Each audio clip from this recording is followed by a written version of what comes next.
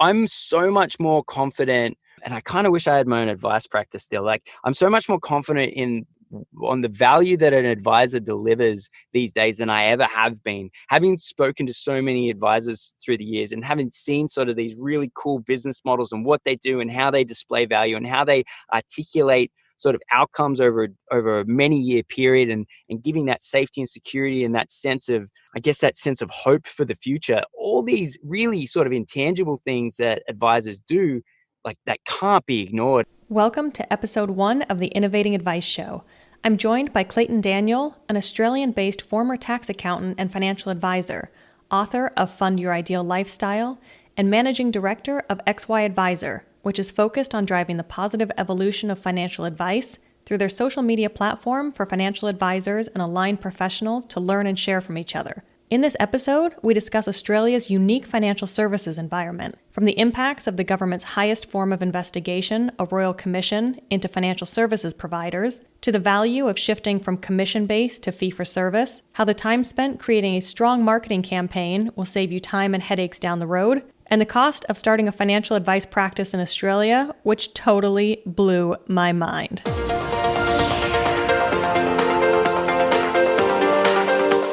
You're listening to the Innovating Advice Show, and I'm your host, Kate Holmes, bringing you the global pulse on financial services innovation, featuring financial planners, financial advisors, and related professionals from all corners of the globe. Let's dive in.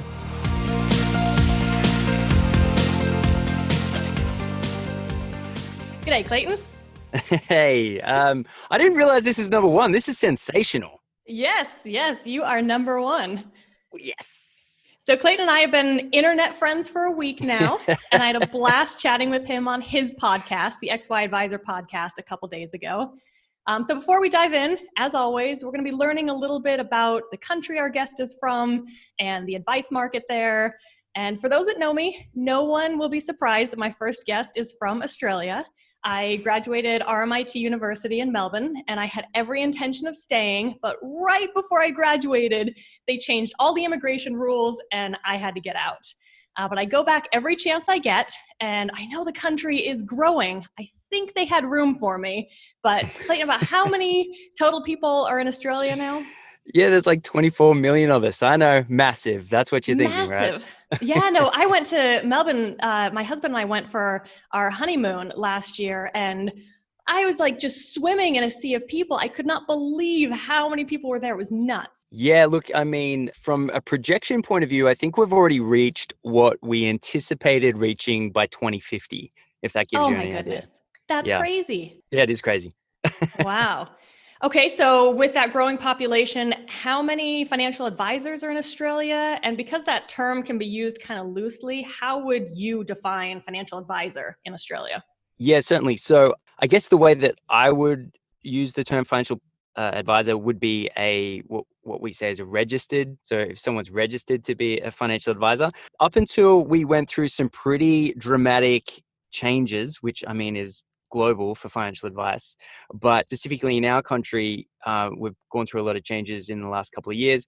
And so we've dramatically dropped from about 25,000 down to 20,000. Wow. So we've lost about 5,000 in the last 12 months. That's intense. And that really kind of gets into, it's impossible to have a conversation about the advice market in Australia without touching on the fact that not only have you guys been probably the most highly regulated market in the world for financial advice, but you just went through the Royal Commission. So can you kind of provide a high level, what is a Royal Commission? What did it do? And what are some of the effects it had in addition to the amount of advisors leaving?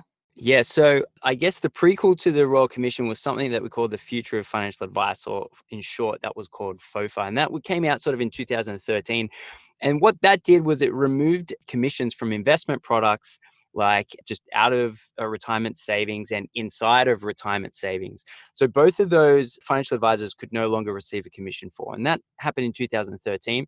And that was kind of set up to solve the problems. By the time 2018, 2019 rolled around, the problems, at least from our regulators' point of view, had not been solved. And so the government stepped in with the highest form of, I would say, sort of scrutiny in the country.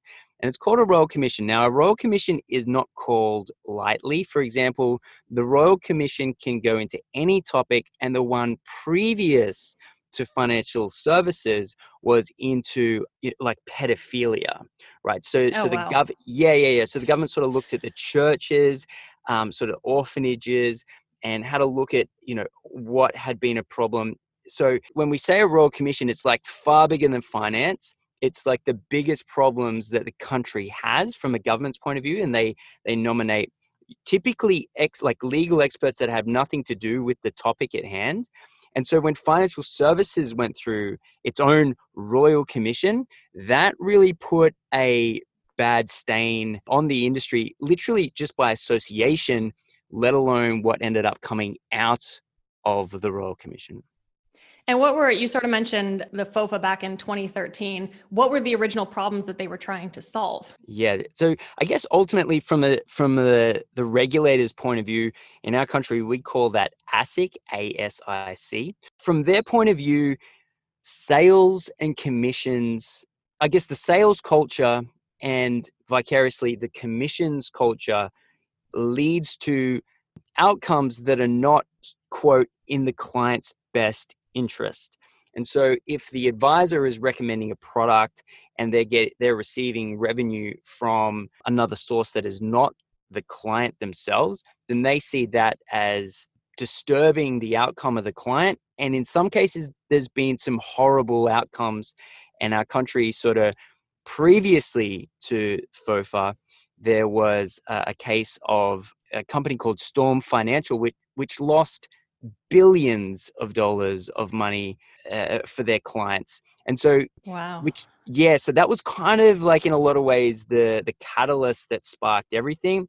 The industry tried to solve itself with FOFA and with help from legislation, but obviously with the Royal Commission coming through, that's elevated everything to the next level, to the point where now the financial services industry and financial planners have ethical requirements that are now legislated. So if you think about how ethereal the concept of ethics are, right? So you've got all these different types of ethics, and people are going to ethically view things very differently. And yet now it's legislated. So the standard now is so high that if you don't act ethically, whatever that means, I mean, they give outlines, but whatever that means, if you don't act ethically, then you can actually get yourself into a fair bit of trouble. And that can be such I don't want to say slippery slope, but Oh, it is. we see, and I've seen a lot, regulators around the world, and Australia in so many instances is a perfect example of that. Regulators, they're really there to do the right thing for, all of their population and protect them from predators and whatnot. And it's kind of unfortunate to see sometimes what comes out of it when they're well-intentioned. But the thing is, unfortunately, if you're a bad person and you want to do bad things, no amount of regulation or legislation is going to stop that. And it really gets down to, you can have ethics, your code of ethics, and I mean, I believe in all of those things, but it gets down to how do you act when nobody's looking, and none of those things even exist.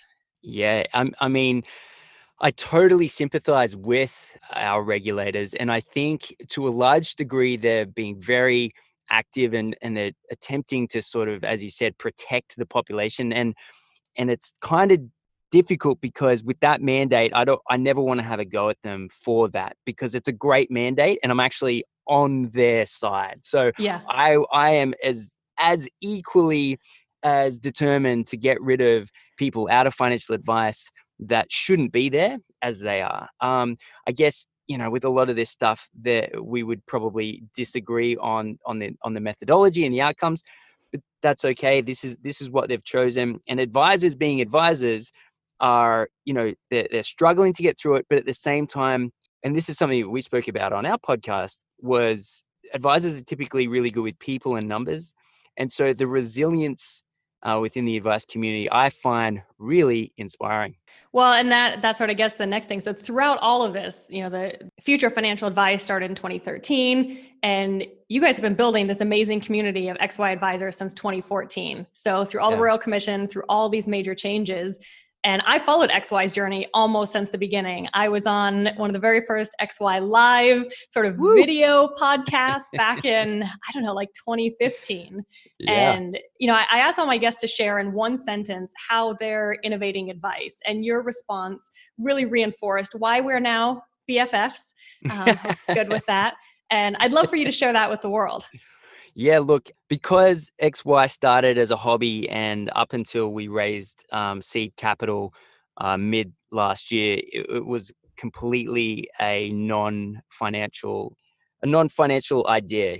The problem was over the course of like 5 or 6 years, we all got married, or most of us got married, I should say, and a lot of us are having kids or have kids now. And so this idea and this hobby that we were giving our time to, certainly, but also our money. So we were lending money to XY Advisor to keep it running. We'd sort of arrived at a point where we just couldn't continue. But from the beginning, regardless of now the fact that we have a revenue model and it's thankfully not to advertise on the new platform, which is performing really well, we started with the intention to drive the positive evolution of financial advice.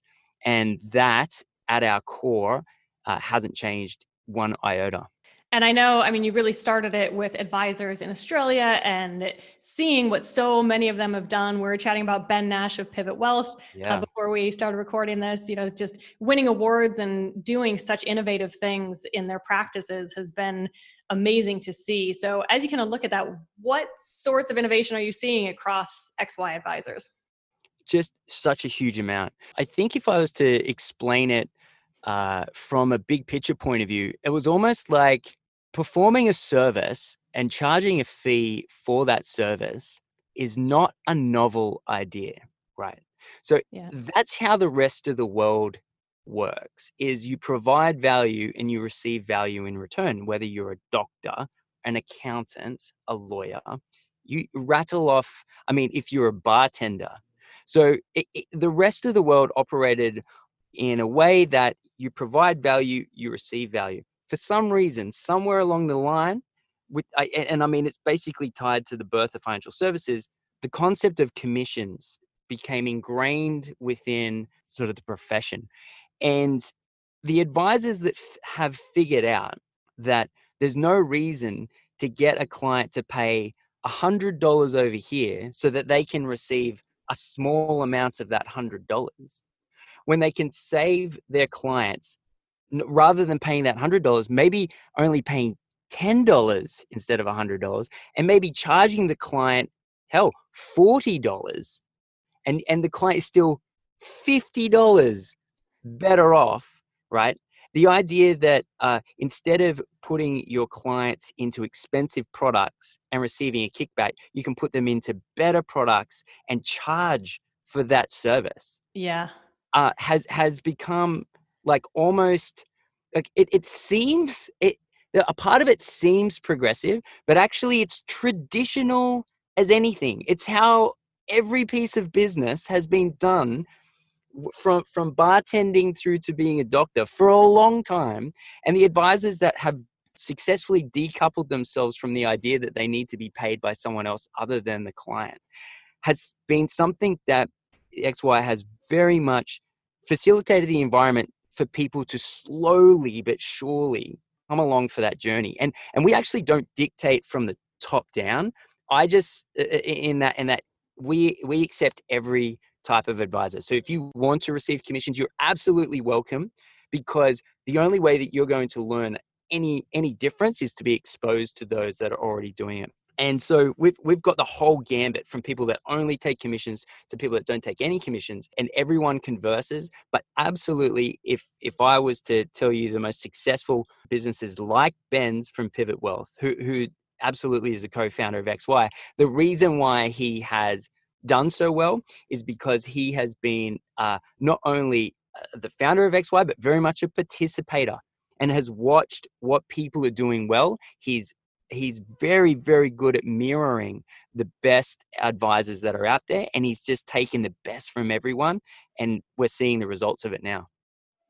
But do you think, going back to taking commissions away, and we've seen this happen with RDR, Retail Distribution Review in the UK, same thing happened in South Africa. So this move towards getting rid of commissions in financial advice is happening around the world. And is not happening in the US yet. So there's still, a lot of people in the strong camp of all commissions. That's where they get all their revenue from. They don't think there's a big enough market potentially for those that just want to pay for fees. Do you think kind of the regulatory environment helped drive some of that? Or do you think maybe simultaneously it was that this does make sense? As you said, it's how all the other professions and industries in the world work. Like, why Yeah. wouldn't financial advice be the same? Yeah. So I think it's a combination. I think one of the interesting things is being in XY as long as we have, I've had the chance to meet advisors that have been doing what we're just speaking about now, which is fee only for decades. Like the truth is some of the most successful advisors that are out there have been running their business like a normal revenue model that other professions earn for a long time. And so when we heard that, we were like, oh, okay, so it doesn't have to be one way or the other. It can be a mix. And look, when I had my company, I 100% was a mix. So I purchased a financial planning company, which had an element of reoccurring commissions attached to it. And then over the course of about 4 years, I was in the process of transitioning off it entirely, except I got to the point where I wanted to focus on other work. And so I sold my business. But even Ben himself, he started with a small client base that sort of followed him over from a previous job that he was doing. And there was commissions attached to that revenue. And over the time, it's like a lot of these things, you get exposed to better ways of doing things and you evolve to match what you see working out there. So I would say a lot of the push has come from mirroring successful advisors who've done it for a long time. But the fact that it's been such a regulatory push as well, sort of top down, has just accelerated a lot of these movements. Some advisors, and I think about it from their point of view, some advisors are quite, old in their career. Let's say that they're 65 plus, or maybe they're not quite that age, but close enough to retirement. And they're thinking, look, I've done one thing one way the entire time. There's not a huge point for me to adapt at this stage. I totally get that. Like if I was Yes. that person, I mean, 100%, I'd just be like, okay, cool. You guys sort of grab the mantle from here, but I did my thing and I'm out. I 100% understand that. And I think that's why we've seen sort of 5,000 out of the 25,000 leave. But for everyone else that's sticking around, which is sort of the vast majority, they're going to need to accelerate rapidly to a point where they're operating in a way that is traditional business revenue: offer value, deliver value, receive value in return. Yeah, and one of the things that I kind of had a hard time with when I started my practice back in 2013, I didn't do AUM, I didn't sell any products, I was just advice, but I advised on all elements of a financial plan. So I would still provide advice on life insurance, on where to invest, generally leveraging passive investments. But as a financial planner, you're usually like I guess in the US, it'd be the quarterback of the football team, or at Aussie rules. And you're working with all these other people that specialize in that area. And I saw over the first few years of having my practice that then technology really came into play, and the amount of options there were, like for life insurance, for example, where I could work with a platform that I knew and trusted that actually only worked with fee only financial planners. And so Huh. they specialized in providing really great products for low cost, totally transparent. So is that happening in Australia as well? How do planners and advisors sort of collaborate with other people if they're not selling products for commission? Was this the XY Planning Network? It was actually before XYPN, but Wow. there are a number of platforms out there that started to realize, as the increase in practices like mine, totally virtual, subscription model, fee only, as that was increasing, I think a lot of the providers were looking around, and there were a lot of people leaving their commission-based businesses and, kind of going, I don't believe in that model. I want to move over to Feeonly. And so the product providers were looking around going, oh, we should probably start servicing this fee-only market here, and make sure that we've got really good, transparent products that they're going to recommend. Yeah, I think the mindset of the advisor that doesn't need to earn a product commission is a mindset of endless opportunity. And so if you consider an advisor doesn't earn revenue via a product, then what they're able to use and recommend and delve into and specialize into expands substantially. As far as a technological sort of solution for that in this country, I can't think of any. None immediately come to mind. Technology is playing a huge part in the advice process. However, because the Australian market changes so rapidly, right? Financial planners belong to a license, which is kind of like a co-op of advisors that share, essentially share responsibility. And the license acts then as the ultimate person who takes blame and responsibility for the advisors under them. And so the licenses that have less restrictions, or I should say, are not what we call aligned to a specific product. They have a wide open, what we call an approved product list. So in order for a product to be recommended, it needs to be approved by the government, essentially. And so if you are not aligned to a product, and you as an advisor, you have a wide open approved product list, then your exposure to what you can use has increased a lot. And technology is absolutely doing a lot. But the problem is each of those licenses needs to interpret law in different ways and hand down new regulations to the advisors that are in the license. Now, the problem that the technology has is that they need to, let's say that there's 1,000 licenses, right, in Australia. And let's say a piece of software is catering to those 1,000 licenses. And each of those 1,000 licenses interprets what needs to happen in a different fashion. It makes it impossible for this technology to live up to the expectation of those 1,000 licenses. And so the interesting thing in the Australian market is, without a doubt, the technology that facilitates is so poorly appreciated because everyone's disappointed, that while technology has done some things to make the advice process easier, it's actually in a very sticky bind as to how to solve the problem for 1,000 licenses at the same time. So I would probably say that technology has had less of an impact in our market than, say, in the US. And what would you say is sort of the number one area where it would be most beneficial to have a technology solution? Like, what about with statements of advice? When I first learned about sort of the process of SOAs in Australia, that totally blew my mind. And I shared on your podcast when I was going through the process of becoming a CFP professional and about to sit for the board exam. That was the first time I learned that, traditional financial planning was this 80-page document filled with charts and graphs. And I was like, this doesn't make any sense to me. Yeah. And then just a couple of years later, I learned about what a statement of advice is in Australia. And that to me is just wild. Can you share a little about what that requirement is and how intense it is? Yeah. So our official formal piece of written advice is called the Statement of Advice, the SOA.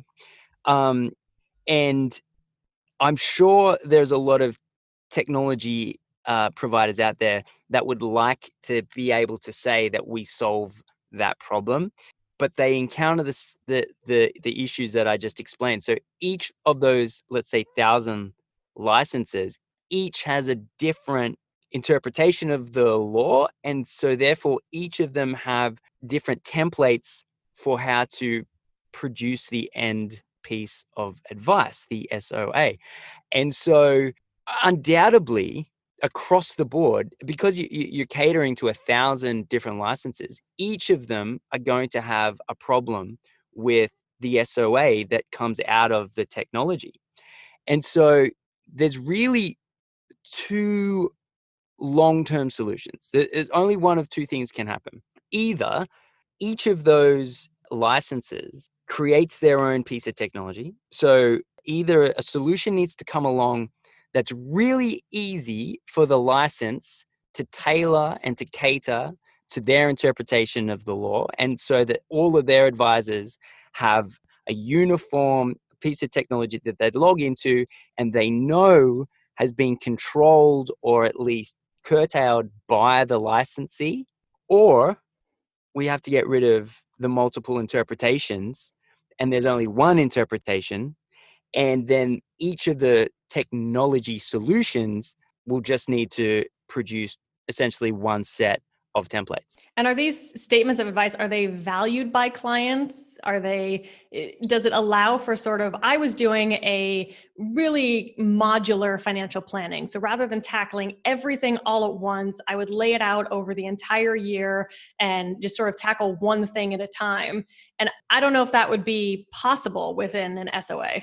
That's a really intelligent way to do it. And from my experience speaking to great advisors, that's a really good strategy, is certainly to modularize the advice, to tackle each subject one at a time, to the point where you can probably get a lot of advice done even without an SOA. So that's a concept that I've been sort of tackling in my mind recently, is how to set up the client and walk a client through a process without an upfront SOA, which sounds like it makes sense because someone requires advice far exceeding what is required in a formal piece of written advice, the statement of advice. But yeah, statement of advice essentially exists to give a overwhelmingly large amount of information, an overwhelmingly large amount of templated information to tackle what are considered financial products. And so if there's an investment product recommended, if there is what we call superannuation, or what's better known as just simply retirement. So what retirement money is recommended, the solution for what insurance product is recommended. So a statement of advice caters for that. And advisors have sort of gotten into the habit of including a lot of things in that statement of advice that doesn't need to be in a statement of advice because it's not a financial product. And so if you consider that financial products are a valuable piece to solve probably a third of any client's given scenario, but 2/3 of that is truly advice, is recommendation on actions that should be taken and thoughts that, considering things. And so that doesn't need a statement of advice. And so I think advisors that try to jam that 2/3 into that one document are absolutely overwhelming their clients. And I would put myself on that category as someone who's guilty of having done that. Certainly in my earlier stages, as I was finding out what it meant to be a financial planner, like truly, I then started sort of taking everything and jamming it all into this one document and saying, okay, I've got 5 years of plans in this 100-page document, which is ridiculous. And I never should have done that. And I should have taken them on a journey way before even touching that formal piece of advice to recommend the products. And then for many years after, be tackling all the subjects. And that, in hindsight, would have been a much better way to have tackled it. Yeah. And it sounds like you're seeing people start to do that. You mentioned when we chatted the other day that some people are starting to just do away with an upfront fee and are charging credit cards every month, which is what my practice was. But I did have an upfront fee, and I used that to make sure that people were really invested in the process. It was almost like a commitment, because it wasn't just going to be me collecting data and spitting something out. It was me basically coaching them and giving the advice, but then walking them through implementing it to empower them to understand that while there's a lot to know, and I believe everyone should work with a financial planner, there's a lot of it that they can do themselves. So what do you see happening sort of with the future of fees there and not charging up front, and why? Yeah, I think some type of advice should definitely have an upfront, and other pieces of advice or other business models potentially shouldn't. I would never judge whether a fee should be charged based on the concept that someone could do it themselves. So, I could paint my house myself, Yeah. right? I could. Um, I could do the plumbing. I could do my own accounting, right? These are things like whenever I consider whether a fee should be charged, I consider it from the concept of what value does it add to the client? What time does it save? What mindset does it free them up? Like Roger Federer performs better with a tennis coach, but can he succeed without one? Absolutely. And so I would strongly suggest that the future of fees is actually probably more along the lines of being more confident that not I feel like what you do is valuable is too vague. Like I would say being more confident in achieving outcomes for people who either can't in some cases, don't want to in other cases, or don't have time to in other cases, rather than just saying, well, it could be done themselves. So I'm not sure Yeah. about the fee. Yeah, no, and that's such a great point, because that's the thing. I mean, we can do these things. You Yeah. can learn it all. You could go become a CFP Yeah. professional if you wanted to, but you're not going to. I work with a personal trainer 3 days a week, and we work together on nutrition. Could I go to the gym and figure out all the machines and do all that? Yes. Would I ever get myself there to do weightlifting 3 days a week? No, I wouldn't. Yeah. I mean, why would you even go to a restaurant? Like you can cook yourself. So it's Yep. it's this concept of like I'm so much more confident, and I kind of wish I had my own advice practice still. Like I'm so much more confident in on the value that an advisor delivers these days than I ever have been. Having spoken to so many advisors through the years and having seen sort of these really cool business models and what they do and how they display value and how they articulate sort of outcomes over a many year period, and giving that safety and security and that sense of, I guess, that sense of hope for the future. All these really sort of intangible things that advisors do, like that can't be ignored. And the better that an advisor is at articulating that up front, which let's go back to Ben Nash, for example. He does a remarkable job of explaining who he works with, like what type of people he works with and what he does for them, to the point that by the time they come in for an initial meeting, like they already know Ben and they already want to work with Yeah. Ben. And even though he's never spoken to them, but like the concept of sales still exists. Like you still need to get someone to agree to what it is that you're providing.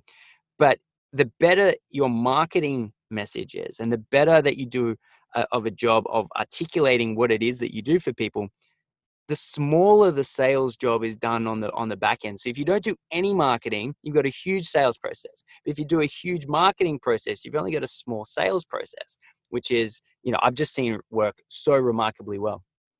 Well, it works really well. It makes your job easier. Like I said, once you've got that process in place, and you're also attracting the ideal clients. When Yeah. I started my practice, I wish I could remember what it was, but I had this little list of like, if this describes you, and it was a list of things that like obnoxious people do. Like if you're the type of person that, what was it, like leaves toilet seats up in other people's houses, or like weird things, like kind of like if you're a bit of a jerk, like I Yeah. don't want to work with you. Yeah, that's and awesome. and there were a lot of clients that would come to me and they were like, that really spoke to me, because they feel the same way too. Like the power of weeding out the people that you don't want to work with Oh is yeah. just as powerful as attracting the people that you do want to work with. 100%. Like I couldn't agree more. Being clear on what you don't stand for is arguably more important and cuts through better than being clear on what you do stand for. So for example, at XY, we say we don't handle complaining. And that's just because there's a million places to complain and there's a million things to complain about. But we're focused on sort of like what are the best next steps to take, how to get better at acquiring clients, how to get better at coaching clients, and how to get better at charging clients, how better delivering ongoing service to clients. A lot of this sort of stuff is universal around the world. And what we don't want is a place for people to come and complain about things. And That's awesome. in the event that someone sort of misses that guideline, we'll just send them an easy message and be like, hey, oh, you must have missed that little thing, but totally understand where you're coming from, but it's just not what we built over 6 years this thing for you to sort of just complain. And so we've been really clear on that for so long that what we don't stand for has now been just as clear as what we do stand for. Yeah. Yeah, so let's talk a little about XY Advisor, because you guys, I mean, you've done such a cool thing. You're on this whole new platform now.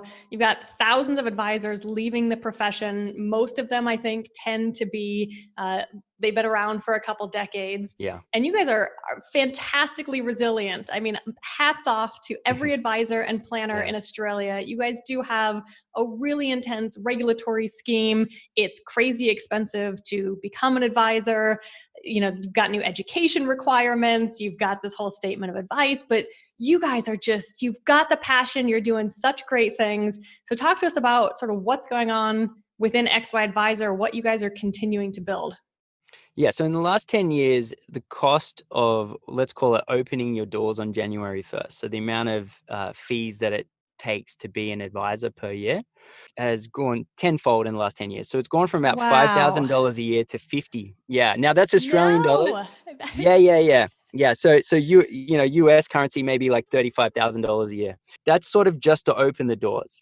Very shortly, it's not required right now, but within the next couple of years, you're going to need not only a degree, but an approved degree. So even though something like, let's say, psychology, I think would be really helpful in being an advisor, I don't think currently that's considered an approved degree. So you need to do, like a degree in financial planning or a degree in accounting specifically. So you've got this huge uplift in costs, this huge uplift in education requirements. For example, just today, thousands of advisors got their pass or fail mark on what is a nationwide test for financial planners, which you need to pass. Thankfully, the pass rate is up sort of high 80%, and I believe you can sort of sit it a handful of times, but you need to, like, right now, do a test that proves you're even capable of giving advice.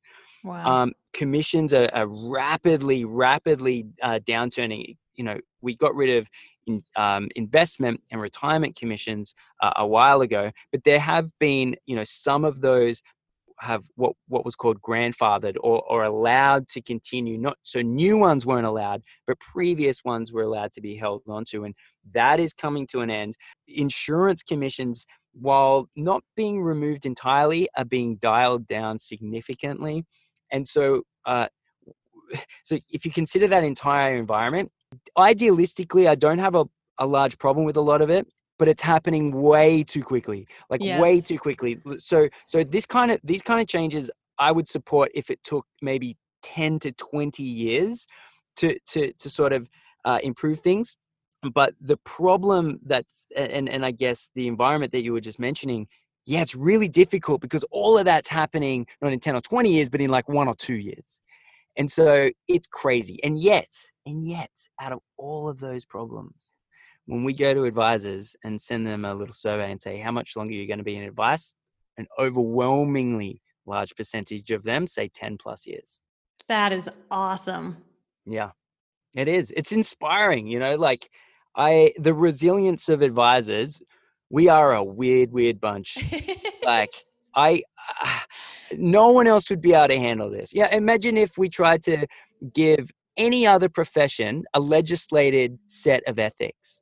Like if we just said, okay, well, now you have to act ethically, but we're going to stick it in legislation. So the severity of the outcome, if you go against what is quite an ethereal thing, but we're going to give some pretty hard lines on them, and the repercussions are very severe, like criminal. So it's unbelievable what advisors have withstood and are tackling collectively.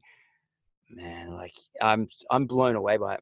Are there still people coming into the profession, and probably pretty young people? And what are you sort of seeing diversity wise between men and women? Yeah. So are there new advisors? So another thing is we've just started what's called a professional year. So once you become an advisor, it actually takes you a year, 100 hours of working alongside an existing advisor before you're actually a registered advisor. So with that in mind, that's only just started January the 1st. Oh, wow. So yeah, so with that in mind, we've got like, oh sorry, I should say January the 1st last year. God, we're 2020, aren't we? Okay. So that's now been happening for a year. And so we've got so few, the equivalent of a handful, right? So and that's because the framework to get that 100 hours is not really overly clear.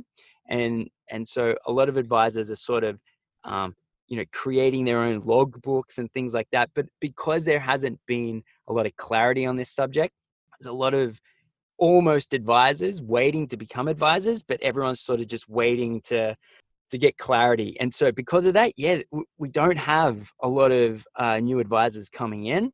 I would say probably interest in advice has increased. So my exposure to what we call aspiring financial advisors is going up. And the more, I guess, prestigious that this profession becomes now with its additional requirements, I think we will start to acquire more and more talent, as we've seen in the UK. But I think we're still sort of maybe a handful of years away from seeing that full sort of cycle go through. Yeah. So how many people are in XY Advisor now, and are they all on the wonderful new social media platform? Yeah, so it took us like 5 years to get to 3,600. And it was very Australian focused and Australian based when we were on Facebook. Sort of the last quarter of last year, we opened it up, but we ran the Facebook group as a parallel home. So we sort of ran two platforms. And since 1st of January this year, we've shut down the Facebook group to new posts. And we have seen at this stage, I mean, just yesterday, the platform grew by 65 planners in a day. Wow. No Yes, way. Congratulations. yeah, it's like when we launched it, it obviously went in sort of like the top 200 of social media platforms because there was hundreds of advisors sort of jumping on it the exact same day. So we spiked very early, but I'd never bothered to tell anyone that because you kind of expect that, right? Like when you launch a new product, you're the flavor of the month. The challenge comes when you're no longer launching and no longer the new kid on the block. Can you get through that valley of disinterest, maintain interest, and then start to grow, sustainably? And that's exactly what we're now seeing. So we've gone through, I guess, the chasm of being post-launch, but unsure of whether advisors will engage. But I mean, just last week, we hit the milestone of 100 comments in a single day. And yesterday, we had 55 new members join. And all the numbers are headed in the right direction, to the point that we've now re-entered the top 200 social platforms, according to Apple. And that is in a sustainable way. That's so cool. And I love seeing all the comments on there. I'm in the platform and just seeing how much everyone shares. And I really do kind of feel like that's a bit of a generational thing. When I Yeah. started in the profession, I was, 21, 22, and I was going to conferences. Nobody would talk to me. Everybody, I assumed I was, an intern or something. But now everyone is just open, sharing documents and, Yeah. sharing exactly what they're doing so that everyone can learn from each other and get better. And you guys are now taking this to the world. So Yeah. for listeners listening in, kind of maybe somebody's going to move to Australia, wants to learn more, wants to do best practice sharing across borders, how can they find the platform? Yeah, so it's available. I mean, if you just search for XY Advisor on the App Store, on Google Play, we're also a full platform. So we're available on our desktop, xyadvisor.com, and that's adviser.com. And yes, certainly we are 100% focused on expanding into the rest of the world. The way that we figure is that half of advice is geographic dependent, compliance, regulation, and the other half of advice is universal: client acquisition, coaching, cash flow, marketing, sales. So what we plan on doing is hosting everyone on one universal page. And then you're one of the handful of people that is now in the secret US advisors group, and we've got a secret UK advisors group, and they will slowly start to grow as people from those countries join the platform, and we reach out and send them the private invitation until the point that it's sort of up and running. And we expect that to sort of happen over the next couple of months, and we'll make it more public and hopefully start to attract international advisors, because the way that we see it is we're there to drive the positive evolution of financial advice, and that's a global thing. If we can get the best advisors from all over the world sharing their best stuff, then I think collectively we will take this profession from where it has been to where everyone has spoken about where they expect it to be. But I just think this is actually an achievable way to do that. Hugely. And that's, again, why we're now BFFs, because I think what I'm building with the Innovating Advice show and really highlighting great things that advisors, planners, related professionals around the world are doing, and then having an amazing community and XY advisor that they can come to. I see a lot more collaboration in our future. Definitely, me too. And I always end by asking what your favorite food or drink is from your country, Clayton. Yeah. So I thought a little bit about this, and I was originally going to say Milo, which is sort of like a malt chocolatey drink, but I went with the Tams because I feel like the Australians would get a little bit grumpy at me if I didn't sort of just put a line in the sand. Tams are pretty much the best thing ever. If you choose sort of the opposite corners, and you can drink, whatever you want through the biscuit itself, and then stop it. It's amazing. And I have to say that for me brings back memories, or maybe fuzzy memories of potentially being drunk on a night or two and eating an entire container. So yeah. Oh yeah. That sounds, absolutely. Awesome. Any last words for the listeners, Clayton? Look, I'm pretty excited. I'm very bullish on face-to-face human financial advice. And if you're an advisor out there, join us, because we anticipate that there's only good things ahead. Love it. Thank you so much. And again, episode number 1, thrilled to have you here. Thanks so much. Really appreciate it. Thanks for listening to the Innovating Advice Show. I would love to hear from you directly about what resonated, what didn't, and what you'd like to hear in future episodes. You can connect with me on Twitter, LinkedIn, Facebook, or Instagram at Innovating Advice, or hop on over to innovatingadvice.com. Till next time.